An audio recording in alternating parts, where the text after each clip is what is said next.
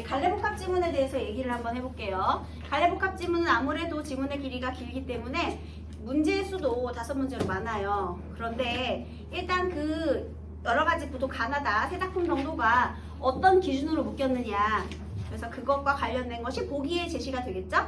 예를 들면 갈래복합 7강 274페이지의 4번 보기를 잠깐 볼게요. 사랑과 이별은 문학작품의 주된 화제 중 하나이다. 모든 사람에게 사랑하는 이와의 이별은 슬프고 고통스러운 일이지만 작가마다 자신이 지향하는 이별의 수용 방식은 다양하다. 이별의 상황에서 화자가 이별을 받아들이는 방식에 대한 문제를 물어보고 있네요. 이별의 수용 방식의 문제는요, 여러분, 이 지문뿐 아니라 굉장히 보편적이고 그다음에 자주 등장하는 문제 유형 중에 하나니까 이런 것들을 좀 눈여겨봐야 되겠죠? 따라서 작품 속에서 이별에 대한 다양한 양상이 형성화되어 있다. 자, 이별의 수용 양식 네모하시고요. 정리해 보겠습니다. 어떤 작품에서는 사랑하는 이를 잊지 못하여 그와의 영원한 사랑에 대해 다짐하기도 하고, 첫 번째, 영원한 사랑의 의지를 다짐하는 작품. 또 어떤 작품에서는 이별의 슬픔마저 승화시켜 성숙한 사랑을 하겠다는 소망을 밝힌다. 동그라미 2번, 내적 성숙에 대한 얘기. 그죠? 그 다음 또 어떤 작품에서는 진정한 사랑을 위해 어떤 태도로 이별해야 하고 어떤 자세로 자신을 대해야 하는지에 대한 자기 성찰. 사랑을 통한 동그라미 3번은 자기 성찰의 자세. 그래서 이런 태도를 보여준다. 그러면 이런 내용과 우리 가나다 작품이 연계가 있다라는 거죠. 자, 그 다음에요, 다른 문제 유형들 한번 볼게요. 그래서 얘는 이제 주제의식을 다 파악한 후에 마지막에 풀어야 되겠죠. 5번은 그 시 구절의 상세한 의미를 분석하는 거예요. 그러면 얘는 읽으면서 이제 문제 풀면 될 것이고요. 그 다음에 3번, 이건 이제 소재의 의미죠. 그래서 가하고 A는 가에 있고요, B는 다에 있어요. 가와 다 소재의 의미를 파악해야 되고요. 그 다음에 2번은 다 지문만 읽고 풀 수 있는 문제죠. 개별 작품에 대한 문제. 그 다음에 1번은 가나에 대한 공통점 찾는 문제인데요. 자, 여러분, 우리 시에서 공통점 찾는 문제가 나오면 선생님이 반드시 무슨 공통점을 찾는다고 했죠? 기억하시나요? 표현상의 공통점을 찾는 거예요. 왜냐하면 주제의식이나 세부 구절의 의미를 파악하는 거 이미 뒤에서 나오잖아. 근데 또 의미상의 공통점을 물어보면 안 되잖아요. 그렇기 때문에 대부분 표현상의 공통점을 찾는 문제가 많아요. 그래서 또 하나, 만약에 여기서 공통점이 눈에 빨리빨리 안 보인다, 그러면 선생님이 한 발짝 물러나서 주제를 가장 효과적으로 드러내기 위한 표현 방법이 무엇일지 한 번만 다시 생각해 보라고 했죠. 그러면 그것과 연결된 공통점일 확률이 굉장히 높습니다. 그래서 자, 우리 문제 유형은 이렇게 있으니 이제 배경지식을 쌓아보도록 할게요. 가작품은 문정희의 찔레 되겠습니다.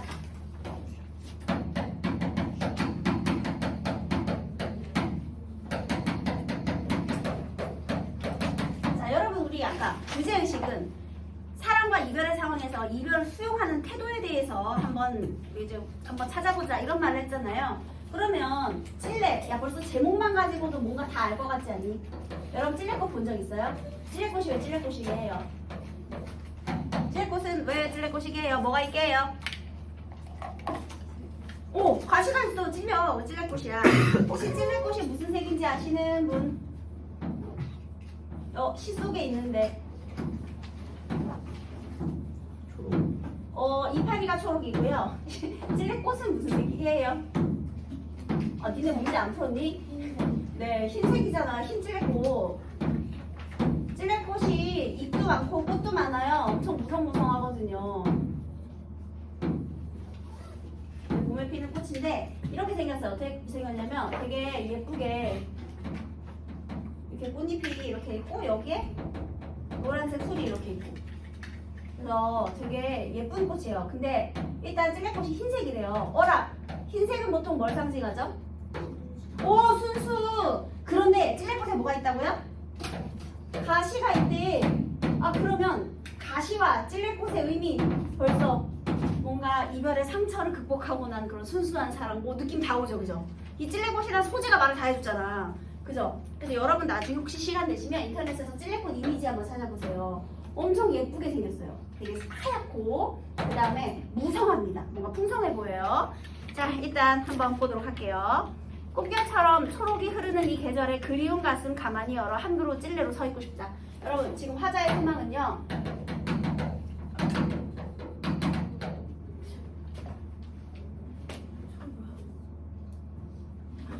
화자의 소망은 초록이 흐르는 이 계절에 한 그루 찔레로 서 있고 싶대요.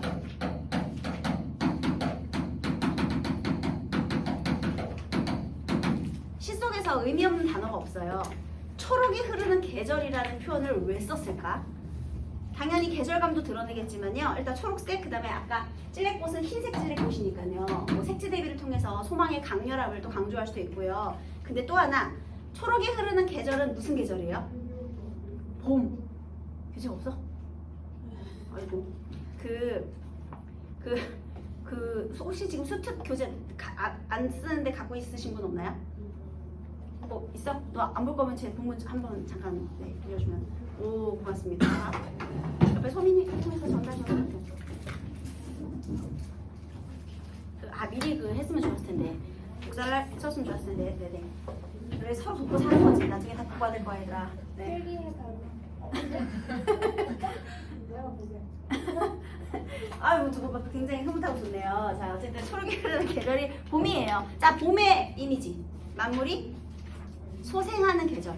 그러면 얘도 뭔가 상처가 있지만 상처를 딛고 다시 시작하고 싶다. 이런 의미가 있는 거지. 그래서 일단은요, 자, 다시요. 초록이 흐르는 이 계절이라는 것은 봄의 이미지를 드러내고요. 자, 봄이라는 건 만물의 소생을 담고 있죠. 다 모든 것이 새롭게 파릇파릇 돋아나는 이 계절에 나도 뭔가 새 출발을 하고 싶은 겁니다. 그런데 내가 되고 싶은 존재는 찔레예요. 자, 서 있고 싶다, 화자의 소망 이렇게 드러내는 거죠. 그렇다면 우리가 찔레의 의미가 무엇인지 이 뒤에서 조금 더 자세히 보도록 하겠습니다. 일단 색채 대비를 통해서 찔레꽃의 하얀 순수성을 강조하고 있어요. 그리운 가슴을 가만히 열어. 그러면 나 그리움의 정서가 있네. 네, 이렇게 찔레로 있고 싶대요. 사랑하던 그 사람, 조금만 더 다가서면 서로 꽃이 되었을 이름. 하지만 지금은 꽃이 되지를 못했다. 이때의 꽃은요, 찔레꽃이 아니죠. 서로 꽃이 되었을 이름의 꽃은 뭐예요? 그냥 사랑, 의미 있는 존재가 되었을 수 있는데 좀 더 깊은 이렇게 사랑을 맺을 수 있었을 텐데, 하지만 지금은 이루지 못했다라는 거죠. 그러면 이루지 못한 사랑에 대한 그리움과 안타까움의 감정이 있는 거예요. 그쵸? 오늘은 송이송이 흰 찔레꽃으로 피워놓고, 이제 찔레꽃이 핀 모양이겠죠. 송이송이 흰 찔레꽃. 송이송이를 의태어로 볼 수도 있고요. 아니면 그냥 송이로 이렇게 명사로 취급할 수도 있고요. 어쨌든 의성어로는 볼 수가 없어요.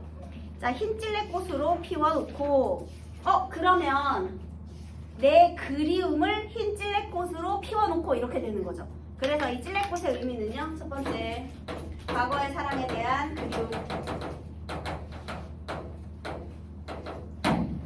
그 다음에 먼 여행에서 돌아와 이슬을 털듯 추억을 털며. 얘들아, 먼 여행에서 돌아왔다? 그러면 이별 후에 내가 여행을 떠났다는 거네. 그럼 이별 후에 방황의 시간이 있었다는 거네. 그래서 이제는 돌아왔어. 그럼 방황을 끝내고 이슬을 털듯 추억을 털었대요. 추억은 눈에 보입니까?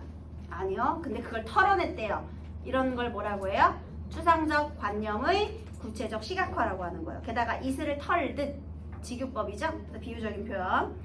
그렇게 초록 속에 서 있고 싶대요. 얘 반복하고 있죠.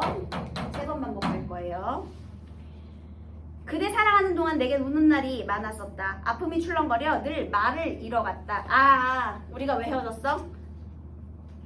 서로 가시가 많았네. 서로 안 맞는 부분이 많았네. 내가 사랑하기도 했지만 우는 날도 많았고요. 아픔이 또 출렁거렸대요. 여러분, 아픈 거 눈에 보입니까? 그런데 그게 출렁거린대요. 얘도 뭐예요? 추상적 관념의 구체적 시각화죠. 그래서 늘 말을 잃어갔다. 그러니까 사랑으로 인한 고통이 있었으니 헤어졌겠죠. 그래서 사랑하는 순간도 분명히 있었겠지만, 그렇지만 또 아픔도 있었대요. 과거에는 이런 모습이었대. 오늘은 그 아픔조차 예쁘고 뾰족한 가시로 꽃 속에 매달고. 여러분, 여기에 가시를요, 예쁘고 뾰족한 가시라고 표현했어요. 자, 이거 무슨 법이에요? 가시가 뾰족하니 예쁘대. 역설이죠.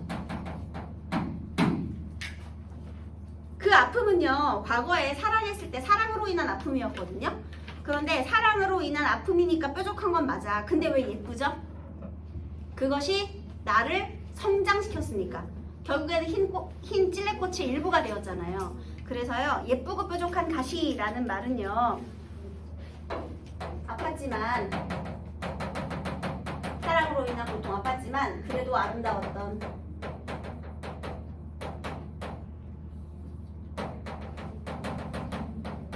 사랑, 이렇게 해도 되고요. 아니면 사랑의 상처와 내적 성숙 이라고 봐도 되고요. 뭐 어떻게 봐도 다 맞는 소리가 되겠습니다. 혹시 고재종의 첫사랑이라는 시에서도요. 그 눈꽃이 굉장히 사랑을 이루기 위해 많은 도전을 했고요. 결국에는 봄이 되니 눈꽃이 녹고 그 자리에 새로운 봄꽃이 태어났는데 그것을 세상에서 가장 아름다운 상처라고 표현을 하거든요. 그래서 그 아름다운 상처하고 똑같아요. 그 결국은 첫사랑으로 인해 뭐 아프고 뭔가 이별을 해서 상처를 받았지만 하지만 내면에 성숙이 있는 거죠. 그래서 그 가시를 꽃 속에 매달고 자 이번에 이 꽃이 바로 찔레꽃이죠. 아까 2열의 꽃은 서로 꽃이 되었을 일은 그건 서로에게 의미 있는 존재의 꽃이고요. 지금 여기 5열 1, 2, 3, 4, 5, 6년의 꽃은 이제 찔레꽃이에요. 그러니까 이 찔레꽃이 단순히 과거의 사랑이냐? 아니요. 사랑의 아픔을 극복한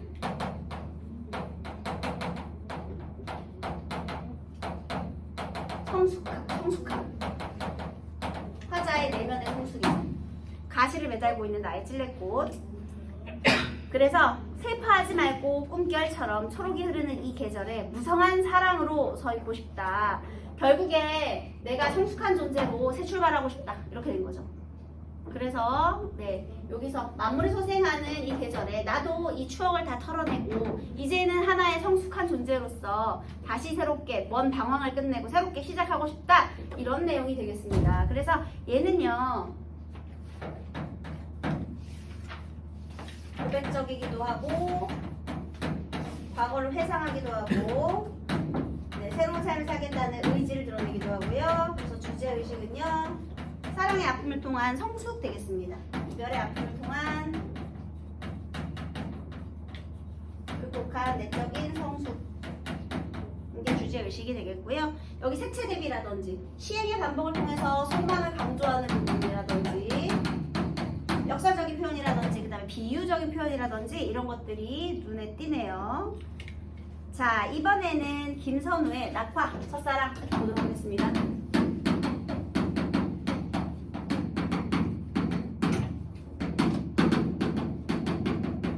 제목에서도 또 많은 것을 말해주고 있네요. 첫사랑이 꽃인데요. 꽃이 떨어지고 있네요. 벌써 이별했네. 첫사랑이 이별이네. 그치? 근데 꽃이 떨어지면 그 자리에 열매가 생길 테니까요. 얘도 뭔가 성숙과 관련된 이미지가 있지 않나. 여러분 보통 사랑이 꽃 떨어지는 거라고 비유하는 시들은요. 대부분 성숙과 관련이 있어요. 왜냐하면 꽃이 떨어져야 그 자리에 열매가 맺기 때문에. 그래서 사랑을 꽃에 비유한 그런 시들은 대부분 이제 낙화와 관련된 이미지들은 대부분 내적인 성숙과 관련이 있다는 점. 왜냐하면 나무 입장에서 나무가 화려하고 아름다운 꽃을 피워냈죠. 그런데 그 꽃이 떨어지고 나면 그 자리에 열매가 생기는 거잖아요. 그러니까 사랑으로 인한 나무의 내적인 성숙이 되는 거죠. 네, 그래서 그런 보통 작품들이 많아요. 얘는 1하고 2로 돼 있습니다. 자, 보도록 할게요. 그대가 아찔한 절벽 끝에서 바람의 얼굴로 서성인다면 그대를 부르지 않겠습니다. 얘들아, 그대가 누굴까요? 제목이 낙화. 떨어지고 있는 게 바로 뭐야? 꽃이네. 대상을 의인화한 거예요. 낙화라는 자연현상을요 인간의 이별로 이해를 한 거죠. 바람의 얼굴로 서성인다. 바람의 얼굴을 가지고 있으면 곧 바람이 되겠네. 바람처럼 어떻게 될까? 떠나가고 싶은 거겠네. 그쵸? 그래서 바람처럼 떠나가길 바란다면 그대를 부르지 않겠습니다. 옷깃 부둥키며 수선스럽지 않겠습니다. 얘들 않겠습니다. 2번이나 반복했어요. 그쵸? 그리고 전체적으로 겠습니다 라는 그 종결어미나 선어말어미 get을 계속해서 반복하는데요. 이때의 get은 의지의 get이겠네요, 여러분. 그죠? 자, 다시. 그래서 수선스럽게 부둥키며 수선스럽게 굴지 않고요. 그대 부르지 않는데요. 게다가 그대에게 무슨 연유가 있겠거니 내 사랑의 몫으로 그대의 뒷모습을 마지막 순간까지 지켜만 본대요. 손 내밀지 않고 그것이 그대를 다 가지는 방법이라고 얘기를 하고 있네요. 여러분, 자, 얘가 이별의 상황에서 이별의 상황이 가정하는 거죠. 서성인다면 아직 이별한 게 아니야.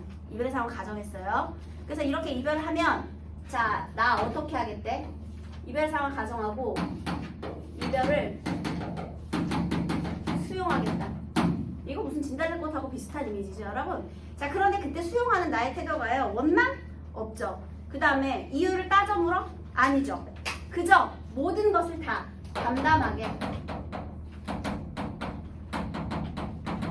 수용해주는 태도를 드러내고 있어요. 왜냐하면은요, 너한테는 다 이유가 있고 그 다음에 내가 너의 뒷모습까지 다 지켜볼 것이고 그렇게 하면 내가 너를 그저 있는 그대로 너의 모든 것을 다 받아주면 그것이 바로 너를 가지는 방법, 즉 완전한 사랑이야 라고 생각을 하는 거죠. 즉, 자 1년에서 말하는 나의 사랑은요, 떠나는 그대에 대한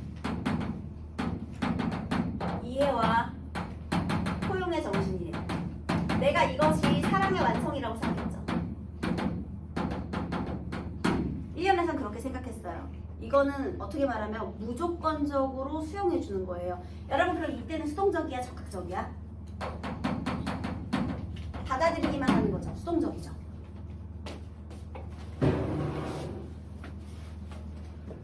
그런데 이제 두 번째 2연에서 이렇게 말합니다.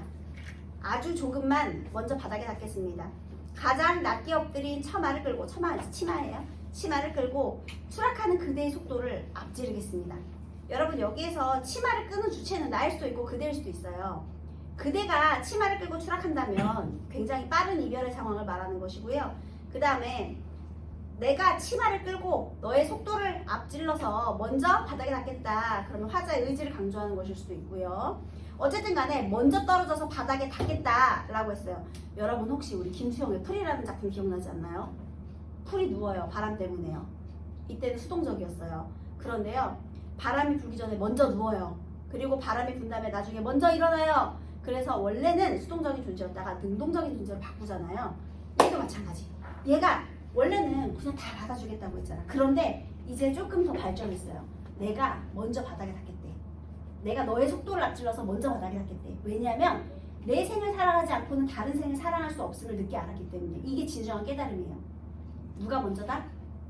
내가 먼저야. 왜냐하면 그대보다 먼저 바닥에다 강보의 아기를 받든 온몸으로 나를 받겠습니다. 나를 강보의 아기를 받든 굉장히 소중하게 받겠다. 그러니까 나를 굉장히 소중하게 생각한다는 거거든요. 그러면 여기 여러분이 생각했을 때 어쨌든 진정한 사랑이라는 것은 이런 무조건적인 포용이 아니라 자기 자신에 대한 구원이 먼저구나. 이게 이제 진정한 깨달음인데 여기서 1차적으로 그치지 말고 얘들아, 얘가 아까 맨 처음에 절벽 끝에서 떨어지는 거거든요. 그 위험한 상황이에요. 그 뭐 꽃길로 가는 게 아니잖아. 꽃이 절벽 끝으로 떨어지잖아요. 그런데 분명 너에게는 아주 위험한 일을 하는 건데도 너에게는 분명 이유가 있다. 너의 모든 것을 사랑하기 때문에 나는 그 이유를 다 받아줄 수 있는 거야. 근데 다만 나의 자세는 뭐예요? 너보다 먼저 떨어져서 너를 받아주는 거야. 근데 얘들아, 내 상태가 온전하지 않으면 내가 너를 받아줄 수 있니? 안 되잖아. 그러니까 내가 먼저라는 말은 결국 내가 먼저 온전히 절벽에 서서 먼저 기다려야 너를 도와줄 수 있고 너를 받아줄 수 있기 때문에, 그래서 내 자신이 먼저라는 얘기를 지금 포함하는 것이거든요. 여러분들이 만약에 사랑의 상처로 지금 현재 막 이별을 했어. 눈물 콧물 지지 짜면서 공부를 하나도 못해. 그래가지고 입시에 실패를 했어. 응? 그래서 자기 자신을 소중히 생각하지 않고 이별했으니까 모든 게 끝이라고 생각하고 자기 자신을 소중히 돌보지 않았어. 그래서 막 엉망이야. 그래서 대학 입시도 실패하고 인생도 망가지고 막 엉망으로 살았어. 그러다가 나중에 그 사람 돌아오면 어떡해요? 내 인생 이미 끝났는데? 망가졌는데? 내가 먼저 뭔가 좋은 번듯한 어쨌든 삶을 살고 있어야 그 사람을 받아줄 여유도 생기는 거잖아요. 아닙니까? 너무 많이 갔니? 너네는 진정한 사랑의 의미를 모르니까 사랑에 대해 얘기해도 부족해요?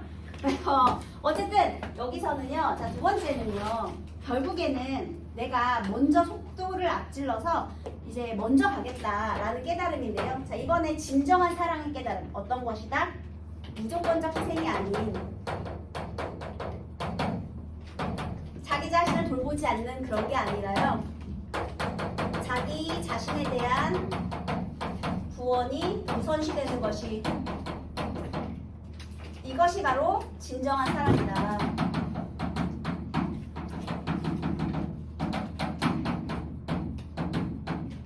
이거 이제 자기가 먼저 앞에서 엎드렸으니까요. 이게 이제 능동적인 존재로 변모했죠. 수동적인 존재에서 능동적인 존재로 변모한 내용이 되겠습니다. 그래서 여러분, 슬퍼하지 말고 자기 자신을 가꾸고 있으면 다 돌아옵니다. 내가 선생님이 옛날에 얘기했잖아. 내가 갑자기 연봉이 막 5억쯤 돼. 그러면 애들이 DM 안 보낼 것 같아. 옛날에 헤어진 애들이. 요즘에 소문 타고 다 돈다고요. 그래서 잘 나가게 되면 다 연락 다시 와요. 그래서 자기 구원이 먼저다. 지금은 공부할 시간이에요, 여러분. 네. 비유적이고 의지적인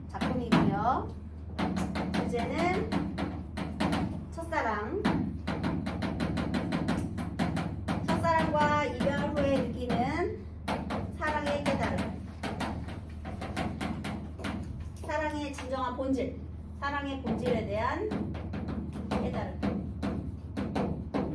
근데 굳이 여기에 첫사랑이라는 의미를 붙인 게 뭔지 알아요, 여러분? 그냥 사랑할 수도 있는데 왜 여기에 제목을 첫사랑이라고 붙였을까? 이것도 의미가 있는 거야, 얘들아. 너네 고재종의 첫사랑에서도요. 꽃이 내가 지금 미안해요. 눈이 흔들리는 나뭇가지에 꽃이 되고 싶어 해요. 근데 지금 겨울이야, 눈이니까. 지금 나무에게 있어서는요, 흔들리는 불안한 시기예요. 너네 첫사랑이 언제 찾아와? 불안한 시기에 찾아오잖아. 사춘기에, 질풍노도의 시기에. 아직 너네 자아 정체성이 형성되지 않은 시기에 찾아온단 말이에요. 너네 아직 앞으로 뭘 해서 먹고 살지 진로도 모두 없잖아. 그치? 모두 없는데 그때 찾아오는 거야.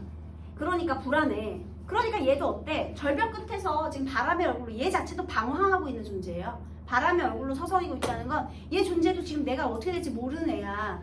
그러니까 그때 그냥 무조건 헌신. 왜 우리 그 첫사랑도 눈꽃이 되기 위해서요. 눈이 눈꽃이 되기 위해서 마지막에 햇솜 같은 마음을 다 퍼부어준 다음에야 마침내 피어낸 황홀이 되었잖아요.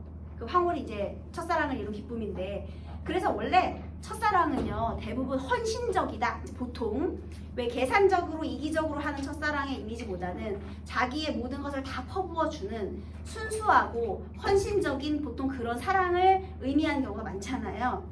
그래서 그 얘기하는 거야. 그렇게 헌신적으로 다 퍼주는 것도 중요하지만 사실은 자기 자신에 대한 구원이 먼저다.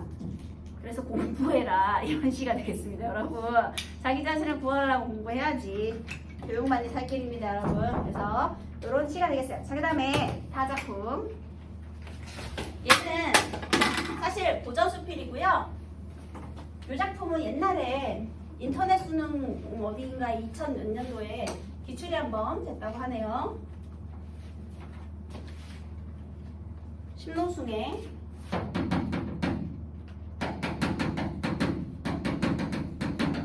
신산 종수기 새 무덤에 나무를 심다. 자, 원래는 이런 제목이었는데요. 이거를 지금 여기서 어떻게 지역해놨느냐? 아내의 무덤에 나무를 심으며 이렇게 지역해놨네요. 그게 그거예요. 기록입니다. 자, 어떤 내용인지 한번 볼게요. 얘도 좀 마음이 아픕니다. 나의 남원집은 옛날부터 꽃나무가 많았는데 날이 갈수록 황폐해졌다. 자, 이제 나의 깨달음인데요. 자, 내가 사랑하는 아내와 같이 살고 있는 집이 남원집이에요. 남원이 전라도 남원이 아니고요. 지금 서울 필동 남산 밑에 있는 집입니다. 근데 꽃나무가 많았는데 황폐해졌대요. 내가 주변이고 게을러 가꾸지 않은 탓도 있지만 한편으로는 집이 낡아 집안에 꽃나무까지 가꾸기가 싫어서 그렇기도 하다. 집이 낡아서 가꾸기가 싫었대요. 아내가 언젠가 내게 말했다. 다른 집 남자들을 보면 꽃나무를 좋아하는 자가 많아 방에 들어가 비녀와 팔찌를 뒤져 사들이기까지 한다는데 당신은 어째서 그와 반대로 집이 낡았다고 꽃나무까지 핑계쳐주나요? 집은 비록 낡았지만 꽃나무를 잘 가꾸면 우리 집에 좋은 구경거리가 될 거예요. 얘들아, 여기서 비녀와 팔찌는 여인들의 장신구예요. 그러니까 남자들이 생각했을 때는 정말 쓸모없는 거죠. 예쁘고 비싸고 쓸모없는 거. 그래서 여기서 비녀와 장신구 이거 팔아가지고 오히려 꽃나무를 가꾸는 남자들이 많은데 당신은 왜 꽃나무를 가꾸려 하지 않는 거예요? 이렇게 말을 했어요. 나는 이렇게 대꾸했다. 꽃나무를 가꾸려 한다면 집도 손을 봐야 할게요. 나는 이 집에서 오래 살 마음이 없으니 남들 구경거리를 만들어주자고 신경 쓸 필요가 굳이 있겠어? 그러니까 타인의 눈은 신경 쓰지 말고 내 자신의 줏대가 중요한 사람이죠. 늙기 전에 당신과 고향에 돌아가 집을 짓고 꽃나무를 심어 열매는 따서 제사상에 올리고 부모님이 드시도록 하며 꽃을 구경하며 머리가 새도록 함께 즐길 생각이요. 내 계획은 이런 것이요. 자, 여러분, 나는 꽃나무를 가꾸는 것 자체가 싫은 사람이 아니죠. 그러면 자, 아내가 좋아하는 것은요, 꽃나무를 가꾸기를 소망하는 거예요. 그런데 남원에서의 나는요, 집이 낡았으니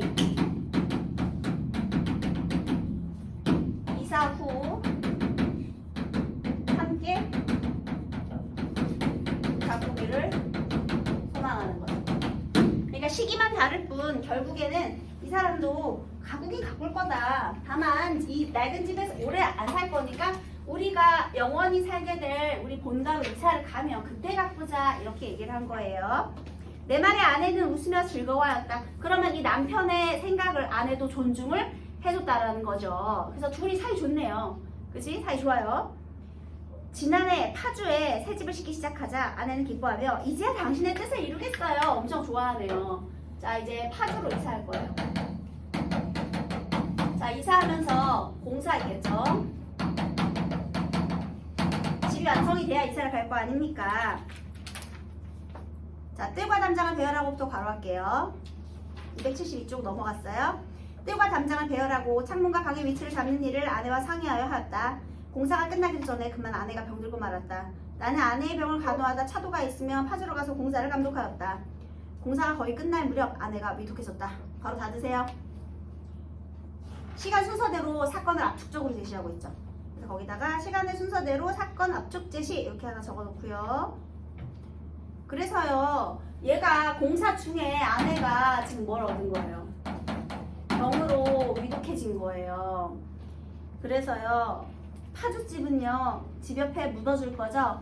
아, 내가 함께 이사를 가지 못하고 죽음을 맞이할 것이라는 아내의 예감이 있었네요. 아내의 예감이. 그쵸?